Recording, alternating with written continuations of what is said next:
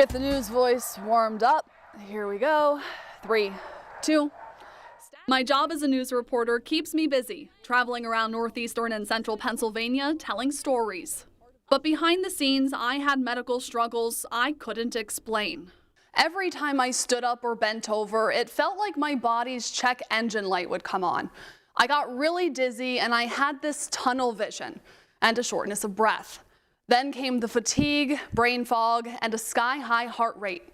It felt like I was going to faint from some of the most basic activities, and sometimes I did. After dealing with the symptoms for 3 months, I finally went to the doctor to get some answers. Test after test, my results came back normal, but my symptoms got worse. One of my worst fainting episodes was captured on camera in this very parking lot. I was waiting to go live when I suddenly got lightheaded and things escalated very quickly. Newswatch 16 anchor Lisa Washington was on the desk that evening. There was just something in your delivery that caught my attention, and I thought, something's not right. Like, what's going on here? So she's physically not okay. Here in Luzerne County say the death of 14-year-old Diamond was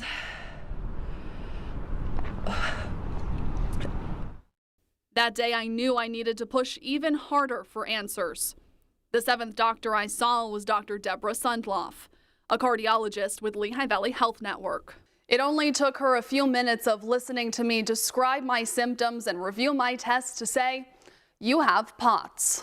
POTS stands for postural orthostatic tachycardia syndrome. And it's something that I think is under-recognized. The more you talk about it, the more you'll find that more people have these symptoms and didn't realize there was a name for it. And then you're like, I'm going to see different doctors, cardiologists, specialists. And then you're like, I know what I have. And I'm like, okay, what do you have? And POTS, what is POTS? I'd never heard of it. POTS is a form of dysautonomia, meaning it impacts all of the things your body does that you don't have to think about. Blood pressure, heart rate, breathing, temperature regulation, the list goes on. The vast number of symptoms makes this condition difficult for some doctors to diagnose. It's a bit of a masquerader in that a lot of women or even men will be diagnosed with anxiety or palpitations or something like that, instead of really getting to the root of the problem is that you have an autonomic dysfunction.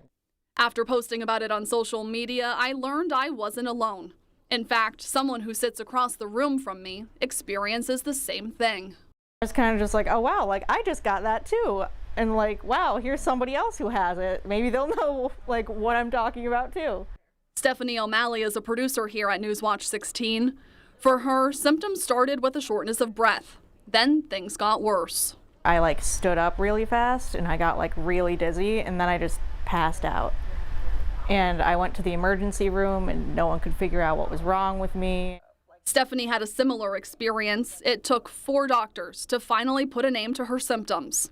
It's estimated nearly 3 million people in the United States have been diagnosed. Of those diagnosed, 90% are women. We're not really quite sure what causes POTS, but it seems like it could be brought on by pregnancy, trauma, a major surgery, or viral infection. And we have actually seen it with COVID. There is no cure. Doctors rely on symptom management to help patients. Things like high fluid and salt intake, and some medications.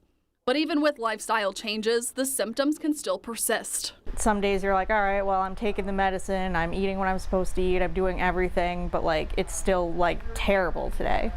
And it's just kind of hard to go on with your life when you still have to deal with all this stuff, even though you're doing everything you can do about it.